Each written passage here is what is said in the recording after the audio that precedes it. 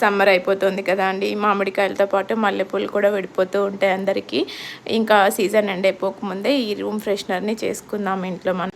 దీనికోసం వేడి నీళ్ళు కాగబెట్టుకొని అందులో ఈ మల్లెపూలను వేసుకొని ఒక 2-3 మినిట్స్ అలా పక్కన పెట్టుకున్నామంటే కలర్ మారిపోతాయి.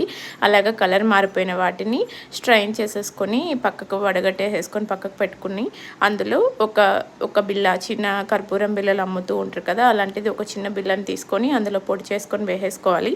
అలాగే దాంతోపాటు కొద్దిగా చిటికెడు జవాది పౌడర్ ఎక్కడైనా పూజా స్టోర్స్లో దొరుకుతుంది. 50 రూపీస్ అలా ఉంటుంది ఇంత చిన్న బాటిల్. ఇది చాలాసార్లు మనం చాలా వాటిలో యూస్ చేసుకోవచ్చు పూజల్లో.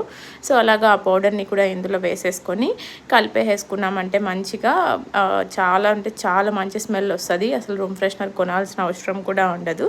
దాన్ని మంచిగా ఇలాగా మనం స్ప్రే చేసే బాటిల్లో వడగట్టేసుకొని మంచిగా అట్లాగా పెట్టేసుకొని ఇంకా కర్టెన్స్కి, దేవుని రూమ్లోను, బెడ్రూమ్లోను, సోఫాస్కి అన్నింటికి వేసుకోవచ్చు. ట్రై చేసి చూడండి. Please like, share and subscribe.